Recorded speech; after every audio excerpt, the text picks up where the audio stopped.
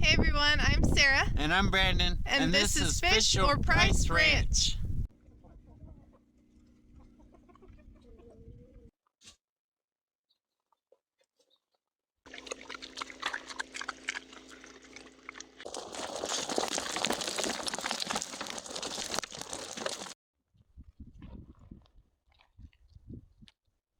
Good morning everyone, I'm Sarah with Fish or Price Ranch. First off, please don't forget to subscribe and like this video.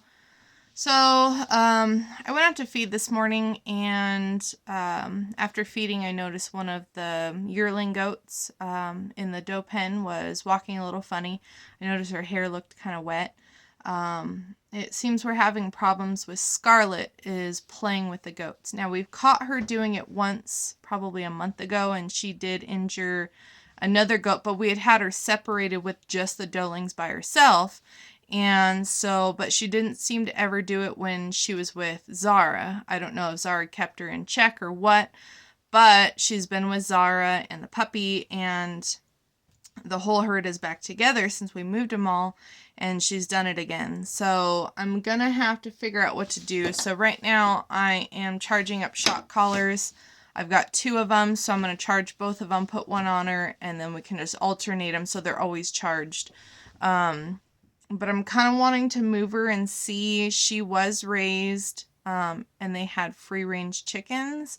And right now we don't have a guardian with the chickens.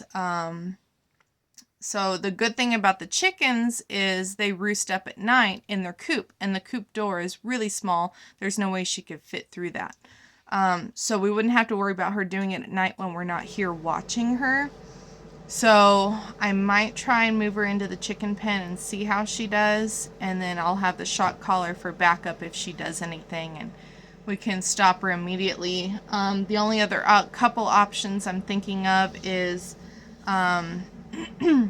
the reason we normally put puppies in with our bucks is because our bucks are big and they're more aggressive, and they don't tolerate when a dog, tries to play with them or chase them, and they'll usually ram the dog, and that teaches them boundaries. The problem is I've only got 2 adult bucks in there. The rest of them are bucklings, and so it might just be the same scenario. And then my other thought is maybe doing a dangle stick. I've never used one of those because, I feel like it would alter the way the dog protects the goats in case a predator ever came in. They can't chase it without the dangle stick getting in the way. But if we kept her with the does and tried the dangle stick, Zara could take care of the predator on her own, and then I wouldn't have to worry. But then there's that, we're only 5 weeks away from kidding, 5.5 weeks, and I don't want to stress out the pregnant does if she's continuing to chase. So I'm kind of at a loss at this point. So there's a couple things I'm going to try out today. It's still early. It's only 8:30 in the morning. So right now I'm charging up shock collars. I have to go treat this goat because I for sure see one wound on her leg, and one of her legs is swollen. She's walking very gingerly, so we need to give her some pain medication and probably like some shock treatment, which is, just supportive care, vitamin B, the painkillers, and fever reducer and swelling reducer, that kind of thing. And then we're going to have to watch and make sure she doesn't get infected, where we may have to do antibiotics. So I'll show you guys all that when we get a hold of that doe. Unfortunately, that doeling, she'll come to food, but she's not in my hand, easy to catch. And Brandon's working today, so I don't have any help. So it's going to be a little interesting trying to get all this done, but I'm hoping I can figure out a solution today. The good thing is Hulk was fixed a month and a half ago, so he's neutered. I could put him in with the females and put Scarlet in the buck pen.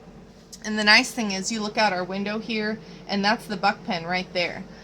So we can easily see 90% of the buck pen. So if we're inside and she starts chasing one of the goats, these shock collars are really nice. I got them off of eBay, and they're remote controlled, and they can reach up to, I think it's like 900 meters. So it goes really far. So I can actually shock her from inside the house right here.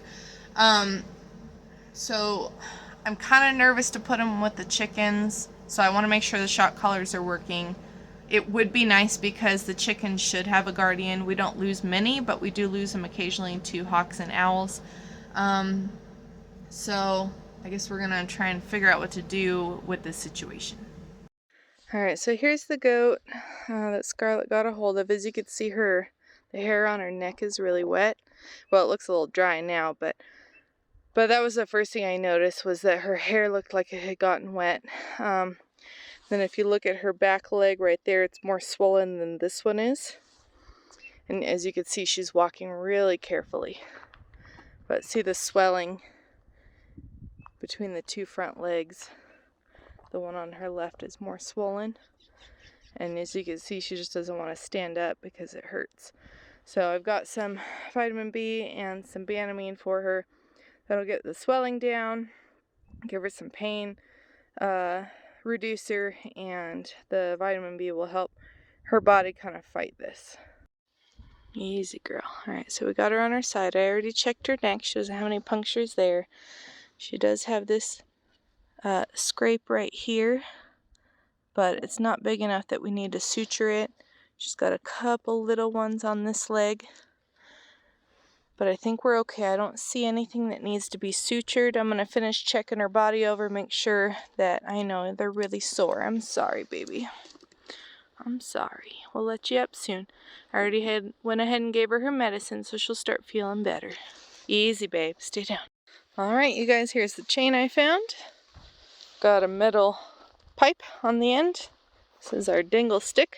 So we're going to go put it on because she's already went after the goat again. Alright, so it's officially on her. The point of it is so when she goes to run, it kind of trips between her legs. And, oh, I gotta fix it because it's already going to come off of her. But see how it gets in her way? She can't chase a goat when something keeps hitting her in the front legs. Alright, you guys, so we've got the Dangle stick on her now, and she's not moving very fast, which is what we wanted. She'll kind of get used to it, learn to walk a little bit better with it, but now this will prevent her from running after the goat because that stick's going to get between her legs and prevent her from doing so. Hopefully it was helpful for some of you guys if you're having issues with some of your goats chasing, or your goats chasing the dogs chasing the goats. You know, hopefully it'll help some of you. We'll keep you guys posted on it and see how she's doing within a week.